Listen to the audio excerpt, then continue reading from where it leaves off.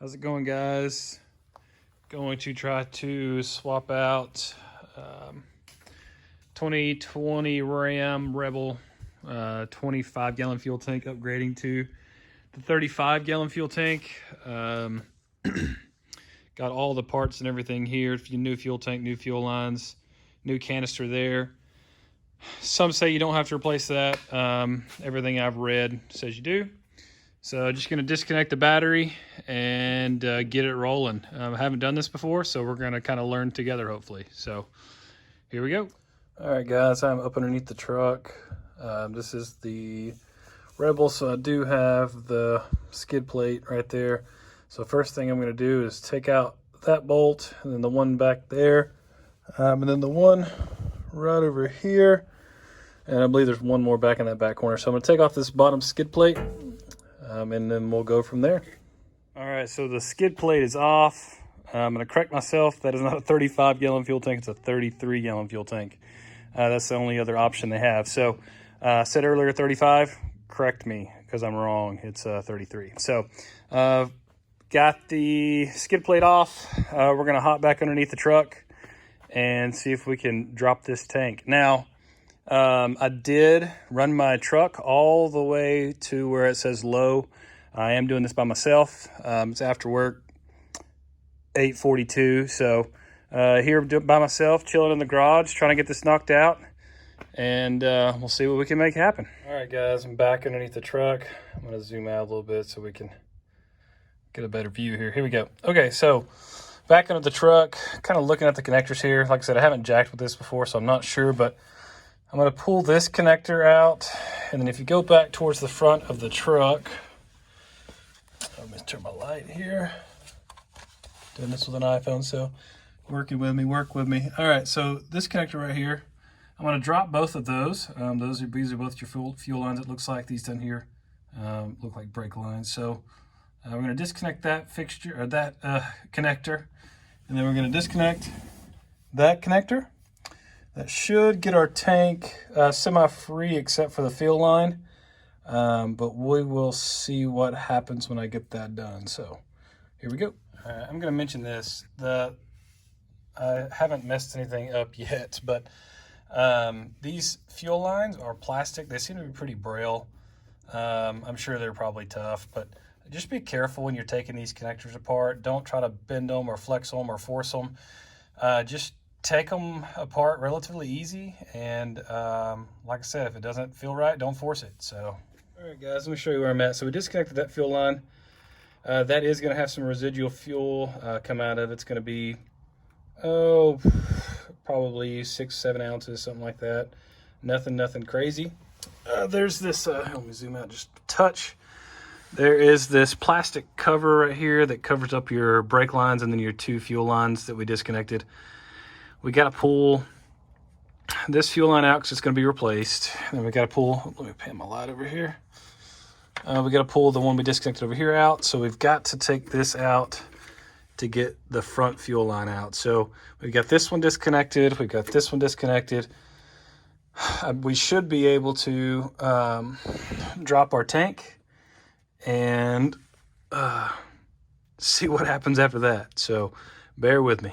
All right, guys, I just realized I told you I was going to drop the tank, but I didn't show what I was doing. So let me zoom back out. All right, so I took this strap bolt out, and then you'll see the other one right back there. We're going to get that one out of there also. Let's kind of back up around there, around the other side of that. So we're going to get those two out, and this thing should be ready to fall down. So I've only got a few gallons of fuel in it. Hopefully it won't be too heavy for me to handle. So we'll see. So here I am dropping the tank by myself. So I've got my knee kind of propping it up. Wouldn't recommend this whatsoever unless your tank is almost empty. So I'll probably get some jack stands or whatever, just nothing too bad. You don't want to have too much weight in there to maybe puncture your tank. I'm not sure. But so to get these straps off, I've got them loose from the top. I'm going to try to do this, hold the camera. We'll see. You see, I mean, I'm picking that thing over with my knee. So at a funky angle here, but the easiest way to get these straps off is take the pressure off the tank. Just pick up like that. They have a little T-slot on that back side, and they'll come right out. And our tank should be, yeah, there you go. It's free right there. So let's get this thing in. All right, guys, I've got the back of the tank held up. I've got the front of the tank dropped a little bit. Looks like there's 4 connections we're gonna have to deal with here. So there's one there that's plugging into the fuel pump.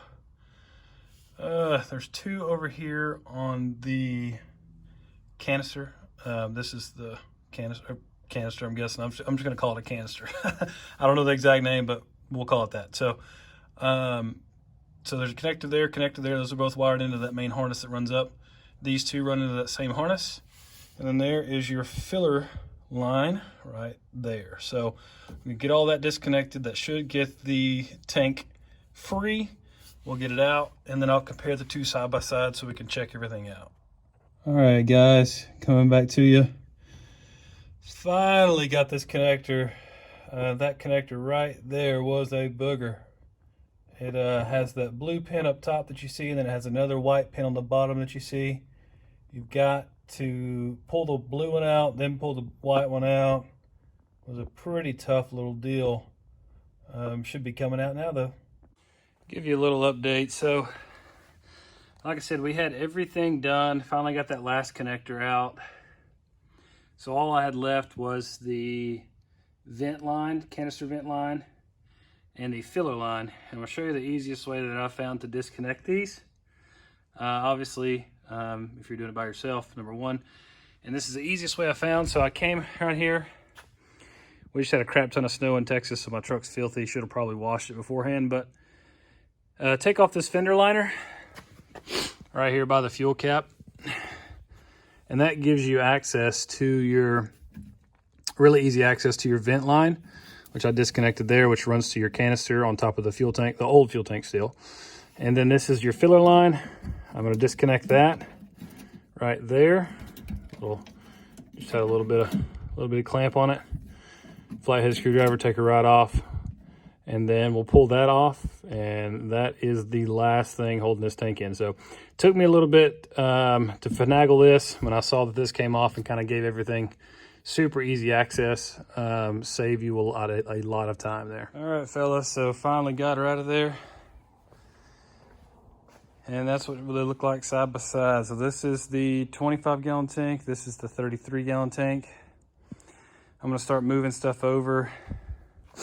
A lot of these lines are going to be replaced with those lines, and I can drop a part number list. But what I purchased to swap from the 26 to the 33, or 25, 33, whatever it is. Basically, I had to buy everything except for the fuel pump. I did buy a new vent line. I don't think I should have bought that because this one will be just fine. But yeah. Finally out of there. You can see how much of a size difference, just that little bit. So I don't know, we'll see if it's worth it or not. All right, so there's a lot of confusion whether or not you had to order a new canister or not. This one is a 33 versus the 26. You can see that it is longer, and then the body of that appears to be longer. So I would definitely advise switching if you're going to do this swap for sure. All right, guys, I'm back under the truck. So I've got pretty much everything swapped over on the tanks. Trying to get the lines figured out. I think some of the lines that I ordered were mislabeled. So I don't have one line that I need. But I just realized, since the tank is longer, that one's got to be replaced, which fortunately I ordered that one. So I got to replace it. It goes up there. Let me see here if I can get you a better shot. Yeah, so it goes up there. You can see the silver heat protector on it right there. It turns and plugs in right up on front of the right in front of the transfer case. So got to change that one out. But other than that, that should be all of the hoses that need to be changed under the truck. So, hey guys, welcome back. It's been a little bit. I think the last video I left off was in January 23rd. It is now February 19th. Had a few little things. Chrysler had some parts mislabeled in the warehouse. So we ordered some fuel lines in that I needed. They came in wrong. We ordered them, I think 3 times. They came in 3 times the wrong way. We had to open up a case, get the right fuel lines into us, finally tracked them down. Shout out to my boy Trevor for tracking those down for me. But here I am back in the garage. I've got all the kind of parts set aside. I'll walk you through what I'm switching. So I'm switching from the 25-gallon or 26-gallon tank to the 33-gallon tank. I'm going to walk you through and show you exactly what parts it takes for that swap. Doing that swap, you do not have to switch the fuel sending unit, the fuel pump. You don't have to change that. I'm going to go through and show you the few things that you need to order to be able to make that swap. So welcome back. It's been a little bit. I know in your time it hasn't, but in my time it's been a long time. Fortunately, I had alternative transportation, and the truck's just been sitting here in the shop fuel tankless. So I'm going to pick up the phone and walk you through and show you what's up. All right, so the parts that I used to swap, of course, is a new tank. And I'll put all the part numbers in the description of the video so you can know exactly what I used. But obviously ordered the new tank, ordered a new evap canister. This line right here is new. I'm thinking it's maybe a fuel return line. This line that came off the top of the fuel sending unit headed up to the fuel rails. That one is reusable because the distance is the same. Ordered this is a new vent line, kind of goes up toward towards the motor. I'm guessing maybe it's a return line. And then this one right here, this one was the Booger. The part number that Chrysler has on their diagrams is correct, but the part that I ordered looks nothing like that. Matter of fact, I may have that part that they sent me here. Yeah, here it is. Okay. So yeah, so I ordered this part, and they sent me this like 3 times. So special order parts aren't necessarily returnable, but in this case, I got them to take care of me on that. So this is what you need coming off the top of the fuel sending unit. It runs down to, I'm guessing that's a vent. This is what you need. Obviously, that's not going to work. So I'll reference this part number, which is the same part number on both of these tags, but that is what you need right there. So I'm going to slap all this together on the tank, slide the tank back underneath the truck, and see if we can get this thing mounted back up in there and get this thing rolling again. All right, so got all the hoses hooked up in their places where they're supposed to go. Got the tank back underneath the truck.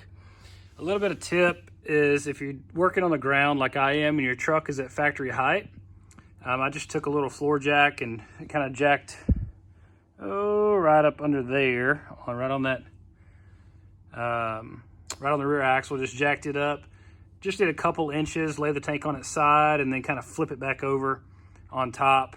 But I'm gonna crawl underneath there, kind of get it held up in place with a strap, hook everything back up that we disconnected in the earlier. I've got all my new lines everywhere, and this is kind of tricky, but here, let me flip the camera around real quick so I can see you. All right, so everything that I'm doing is basically, obviously, the exact opposite of what I did to get it out. So all the connections are the same, all the fuel lines are the same. There's a couple that change, but they're going to hook up in generally the same area. Just make sure you put everything back together the way you took it apart. So for me, that's been about 3 weeks. So it's going to be interesting, but I'm sure it's pretty easy. So this is not that tough of a job. If you had a lift and it had all the right parts on the day that you did it, it probably wouldn't take that long. I would say you and a couple of buddies, I mean, maybe an hour, 2 hours at the max. But yeah, so I'm going to get back underneath there, get everything hooked up, get everything rolling.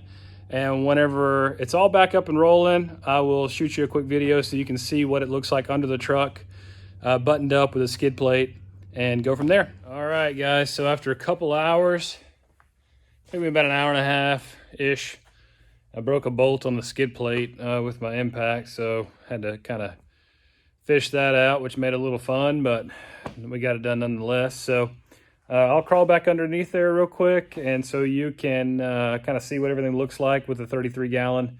Mine does not. Some of them do, some of them don't, but mine does not have the factory spot, T-slot for the third tank strap. So I'll show you kind of how much hangs over there. I don't think it'll be an issue. I'm probably going to buy the bigger skid plate, the 33 gallon skid plate that comes like on the TRXs. Probably buy one of those just to kind of give it some protection there. But I'm going to crawl back underneath there and so you guys can see what everything looks like buttoned up. So here we go. All right, guys, we're all buttoned up and done back under the truck. So it's about 18 inches hanging over from the skid plate from the tank. So that new skid plate would come all the way up here, which I think would probably be a good good deal to get. But everything's buttoned back up. We got our tank straps back on there. All of our new fuel connections. So this one was a new line. This one was a new line. This one was the same line that came on the 26 gallon tank.